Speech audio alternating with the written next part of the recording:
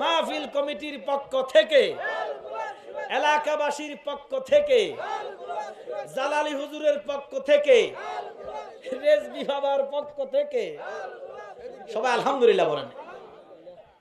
আমার ইস্তেহার প্রাণের সুজন, মারাবা কন্যা আল্লাহ আরো বাড়িয়ে দিবে। দিবে কে? যার মুখে নবীর শান বের হয়, যার মুখে নবীর গুণগান বের হয়, তার ভিসিডি টানলে কোনো লাভ হবে? আমার সুজনকে মদিনাওয়ালা পছন্দ করেছে, মারহাবা কন।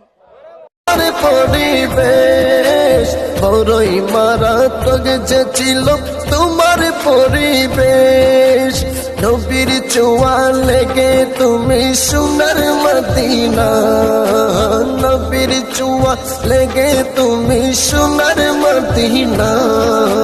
সব বলিব কিন্তু তোমায় বলতে পারি না, সব বলিব কিন্তু তোমায় বলতে পারি না। সোনার মদিনা আমার প্রাণের মদিনা।